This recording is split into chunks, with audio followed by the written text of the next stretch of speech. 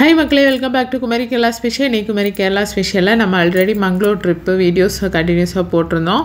So அதில் என்னென்ன food explore பண்ணியிருந்தேன், மங்களூரில் எந்த மாதிரி டிஃப்ரெண்ட்டான ஃபுட்டு கிடைக்கிது அப்படின்னு சொல்லிட்டு பல கிளிப்பிங்ஸ் டெலீட் ஆகிடுச்சு. ஸோ இருந்த கிளிப்பிங்ஸை மெர்ஜ் பண்ணி நான் வீடியோ க்ரியேட் பண்ணியிருக்கிறேன். ஸோ பாருங்கள், first snacks teas time snacks onion pakoda நான் வாங்கியிருந்தேன். ஹஸ்பண்டுக்கு இந்த ப்ரெட் வெரைட்டிஸ் ரொம்ப பிடிக்கும். அதனால அவர் எப்போவுமே இந்த பாவு பஜ்ஜி ஏதோ ஒன்று, ஸோ இது நான் ட்ரை கூட பண்ணி பார்க்க மாட்டேன். ஸோ அந்த மாதிரி அது வாங்கி சாப்பிட்ருந்தாரு. ஸோ எனக்கு ஆனியன் பக்கோடா நல்லா இருந்தது, அதனால நான் ஆனியன் பக்கோடா வாங்கியிருந்தேன்.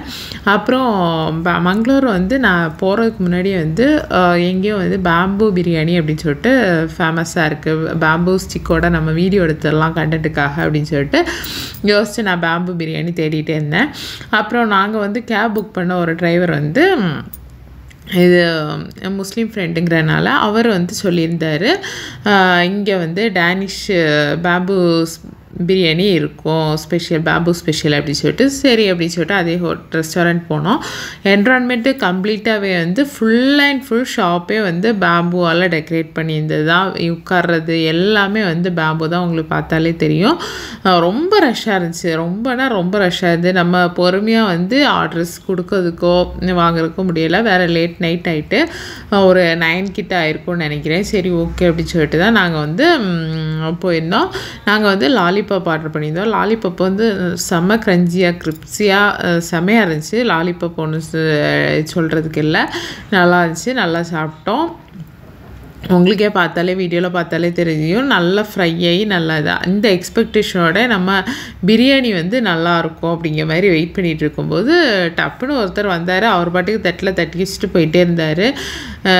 வீடியோ எடுக்கவே முடியலை. நான் ஆக்சுவலாக பேம்பு நம்ம கையில் கொடுப்பாங்க, நம்ம அப்படியே ஏன்னா ஆர்டர்ஸ் நிறைய இருக்கும்போது அவங்க என்ன பண்ணிட்டாங்கன்னா டக்குன்னு அடுத்தது பண்ணணுங்கிறதுக்காகவே டக்குன்னு என்ன பண்ணிட்டாங்க, அவங்களே வச்சுட்டு போயிட்டாங்க. நான் கவனிக்கக்கூட டப்புன்னு வந்தாங்க, வச்சாங்க, போனாங்க, அந்த மாதிரி தான் இருந்துச்சு.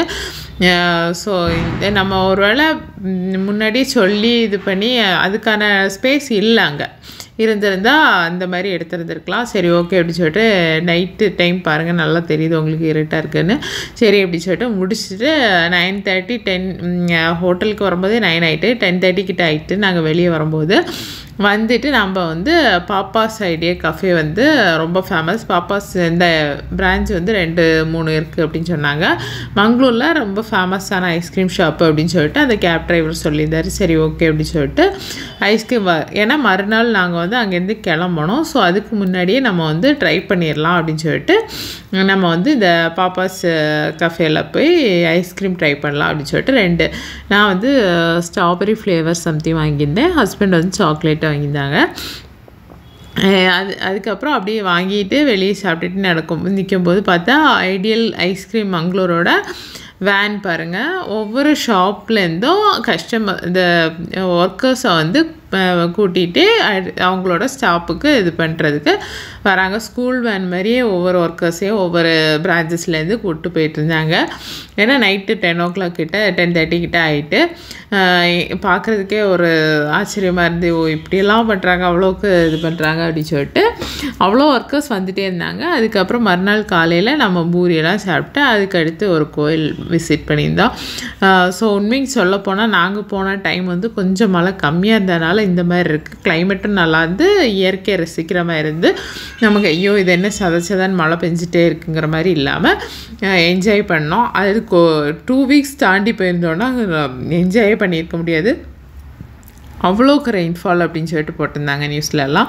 சரி ஓகே அப்படின்னு சொல்லிட்டு நல்லபடியாக நம்ம ட்ரிப்பு கம்ப்ளீட் பண்ணும்போது ஃபைனலாக ஒரு டச் கொடுத்துரும் அப்படின்னு சொல்லிட்டு இந்த ஐஸ்கிரீம் ட்ரிபிள் லேயர்